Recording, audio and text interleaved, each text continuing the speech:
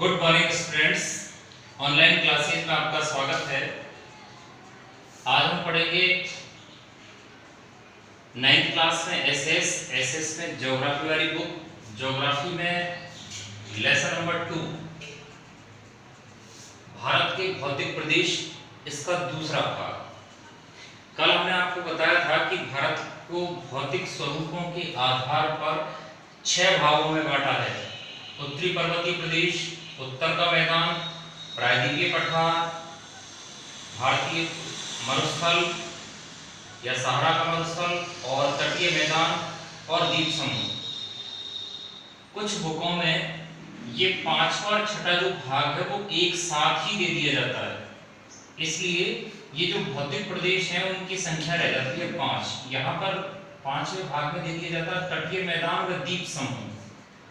यहाँ आपकी बुक में, एनसीईआरटी की बुक में ये भौतिक प्रदेशों को 6 भागों में बांटा है, यानी कि तटीय मैदान और द्वीप समूह दोनों को अलग अलग भागों में दर्शाया गया है। कल हमने पढ़ा भाग 1 के अंतर्गत उत्तरी पर्वतीय प्रदेश। उत्तरी पर्वतीय प्रदेश जो है वो सिंधु नदी से और ब्रह्मपुत्र नदी तक का जो क्षेत्र है वहां तक इसका विस्तार है। ये इसे हिमालय प्रदेश भी कहा जाता है। और ये जो पर्वतीय प्रदेश है इसकी 3 परतें हैं। ऊपर की जो परत है उसको कहा जाता है बाह्य हिमालय, बीच वाली जो परत है उसको कहा जाता है मध्य हिमालय, और जो लास्ट वाली नीचे की जो परत है उसको कहा जाता है लघु हिमालय। इसमें हमने पढ़ा कि भारत विश्व की 3 प्रमुख हिमालय की ऊंची चोटियां वो कौन कौन सी थी। पहले नंबर की जो सबसे ऊंची चोटी थी वो थी माउंट एवरेस्ट। ये सबसे ऊंची चोटी थी माउंट एवरेस्ट, जिसकी ऊंचाई थी 8,848 मीटर। यह है विश्व की सबसे ऊंची चोटी, और ये जिस देश में है वो देश है नेपाल। अगर हम आपसे कोई पूछे कि विश्व की सबसे ऊंची चोटी कौन सी है, पर्वत की सबसे ऊंची चोटी, तो वो है माउंट एवरेस्ट। नाम इसका है माउंट एवरेस्ट। इसकी जो ऊंचाई है समुद्र तल से इसकी ऊंचाई है 8,848 मीटर, और ये किस देश में स्थित है? नेपाल में। यहाँ आती है, इसलिए इसको मतलब ये नेपाल की है, भारत की नहीं है। इसके बाद में हम बात करें भारत की सबसे ऊंची चोटी,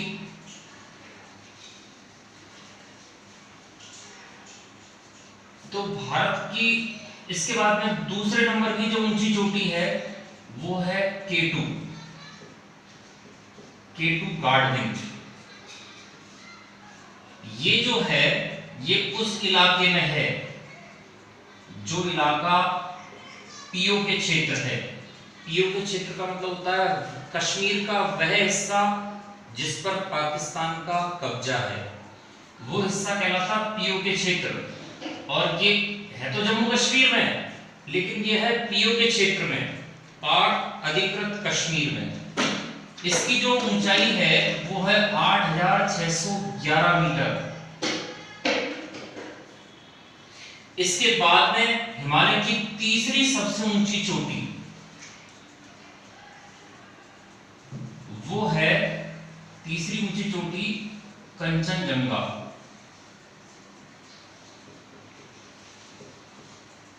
और ये है सिक्किम में। इसकी जो ऊंचाई है वो है 8,598 मीटर। यह है हिमालय की सबसे बड़ी तीसरी ऊंची चोटी कंचनजंगा। इसके बाद में हमने बात की थी दूसरा भाग उत्तर का मैदान। उत्तर का जो मैदान का निर्माण है, ये जो क्षेत्र है ये उत्तर का मैदानी भाग है, पूरा उत्तर का मैदानी भाग है ये पूरा क्षेत्र उत्तर का मैदान। ये जो मैदानी प्रदेश है वो 3 प्रमुख नदियों के साथ बहाकर लाई हुई जलोढ़ मृदा से इसका निर्माण हुआ है। 3 प्रमुख नदी थी, सिंधु नदी, गंगा नदी और ब्रह्मपुत्र नदी। ये जो तीन नदियां हैं वो अपने साथ में बहाकर लाई हुई मिट्टी से इस मैदानी प्रदेश का निर्माण करती हैं। इसके बाद में तीसरा जो पॉइंट आता है हमारा, वो आता है प्रायद्वीपीय पठार। देखो प्रायद्वीपीय पठार की स्थिति ये है। प्रायद्वीपीय पठार भारत के दक्षिण भाग में है और ये जो है 2 भागों में बांटा जा सकता है इसको। ये ऊपर का जो भाग है ये कहते हैं इसको मध्य भाग, और ये वाला जो भाग है वो है दक्कन का पठार। अगर हम इसको यूं कहें कि ऊंचाई के आधार पर ये जो पठारी प्रदेश है इसको 2 भागों में बांटा गया है। ये वाला जो हिस्सा है और ये वाला हिस्सा, इसको बोलते हैं पूर्वी घाट और इसको बोलते हैं पश्चिमी घाट। ये वाला पूरा पश्चिमी घाट, ये वाला पूरा पूर्वी घाट। क्या खास बात है इसकी? इसकी खास बात यह है कि ये पठारी प्रदेश है, जमीन से ऊंचा है, तो समतल लेकिन जमीन से उठा हुआ भाग है, ये पठारी प्रदेश है। इसकी खास बात यह है कि इसका जो पूर्वी घाट है वो नीचाई में कम है, अर्थात पूर्वी घाट की अपेक्षा पश्चिमी घाट ज्यादा ऊंचा है। इसी वजह से इस क्षेत्र में निकलने वाली जितनी भी नदियां हैं वो अपना जल ले जाती हैं कहां पर? बंगाल की खाड़ी में। ये ले जाने वाली नदियां कौन कौन सी हैं? कृष्णा, कावेरी, महानदी, तुंगभद्रा। ये नदी अपना जो जल है वो बंगाल की खाड़ी में ले जाती है, जबकि पश्चिमी क्षेत्र से यानी कि पश्चिमी घाट से 2 नदियां निकलती हैं और 2 नदियों में एक नदी है नर्मदा नदी और एक नदी है ताप्ती नदी। कहने का मतलब पठारी प्रदेश में से जितनी भी नदियां निकलती हैं केवल 2 नदियां ऐसी है जो अपना जल अरब सागर में ले जाती हैं। एक नदी है नर्मदा नदी, दूसरी नदी है ताप्ती नदी। कारण इसका यह है कि पठारी प्रदेश को 2 भागों में बांटा गया, प्रायद्वीपीय पठारी प्रदेश को, पश्चिमी घाट और पूर्वी घाट। इसका जो पश्चिमी घाट है वो ऊंचाई में अधिक है, पूर्वी घाट की अपेक्षा पश्चिमी घाट अधिक ऊंचा है, इसलिए यहां से निकलने वाली नदियां अपना अधिकांश पे जल ले जाती हैं बंगाल की खाड़ी में। केवल 2 नदियां ही ऐसी है जो केवल पश्चिमी घाट से निकलती हैं और अपना जल अरब सागर में ले जाती हैं। उन नदियों के नाम है नर्मदा नदी और ताप्ती नदी।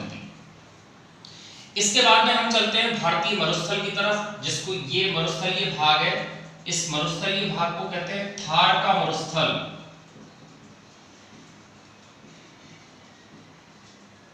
थार का जो मरुस्थल है यहां पर बालू रेत ज्यादा पाई जाती है। राजस्थान के अरावली पर्वत श्रृंखला के पश्चिमी भाग में बालू रेत के मोटे कण जो हैं वो जमीन पर हवा के द्वारा बिछे हुए हैं, जिसकी वजह से मरुस्थलीय क्षेत्र का निर्माण हुआ है। बालू रेत के जो टीले हैं उनको बरखान कहा जाता है, बरखान इनको कहा जाता है। यहां इसकी खास बात यह है कि यहां पर 150 मिलीमीटर से भी कम बारिश होती है औसतन पूरे वर्ष भर। और इसके बाद में हम चलते हैं तटीय मैदान की तरफ। अब तटीय मैदान देखिए, तटीय मैदान किसे कहा जाता है? तटीय मैदान जो है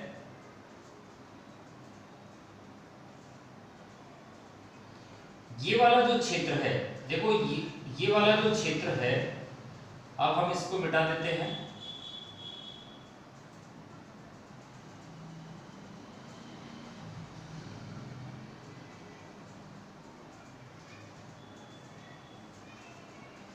ये वाला जो क्षेत्र है ये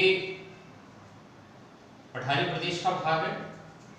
यहां से ये जो वाला भाग है जो मैं आपको क्रॉस कर रहा हूं, ये क्षेत्र है तटीय मैदान। तटीय मैदान जो है ये, इसको अरब सागर की तरफ का जो तटीय मैदान है उसको 3 भागों में बांटा गया है। गुजरात से लेकर और मुंबई तक का जो क्षेत्र है वो कहलाता है कोंकण तट। मुंबई से लेकर और गोवा तक के बीच का जो क्षेत्र है वो कहलाता है कन्नड़ तट, और गोवा से लेके और यहां केरल तक का जो भाग है वो कहलाता है मालवा तट या मालाबार तट। इसी प्रकार से जो क्षेत्र बंगाल की खाड़ी तक का है उसमें देखिए उड़ीसा से लेकर और चेन्नई तक का जो क्षेत्र है वो कहलाता है उत्तरी सरकार, और जो चेन्नई से लेकर और नीचे तमिलनाडु तक का यहां तक का क्षेत्र है वो तट कहलाता है कोरोमंडल तट। अब इसके बाद में हमारा अंतिम जो पॉइंट बचता है वो बचता है द्वीप समूह। द्वीप समूह की हम बात करें तो देखिए भारत के दक्षिण में द्वीप समूह है। अरब सागर में जो द्वीप है, द्वीप समूह है, वो यहां है। वर्तमान में इस द्वीप समूह को हम कहते हैं लक्षद्वीप। जो बंगाल की खाड़ी में जो द्वीप समूह है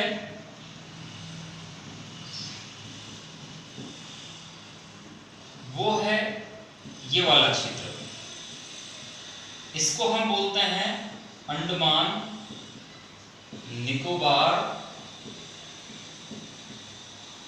द्वीप समूह। देखो छोटे प्रबाल, जो मूंगे जैसी प्रबाल भित्ति होती है, उन छोटे छोटे प्रबालों से लक्षद्वीप के छोटे छोटे द्वीपों का निर्माण हुआ है। एक समुद्री जीव होता है मूंगा, और उससे ये छोटे छोटे प्रबाल भित्तियां बनी और प्रबाल भित्तियों से ही इस लक्षद्वीप का निर्माण हुआ। इस द्वीप को पहले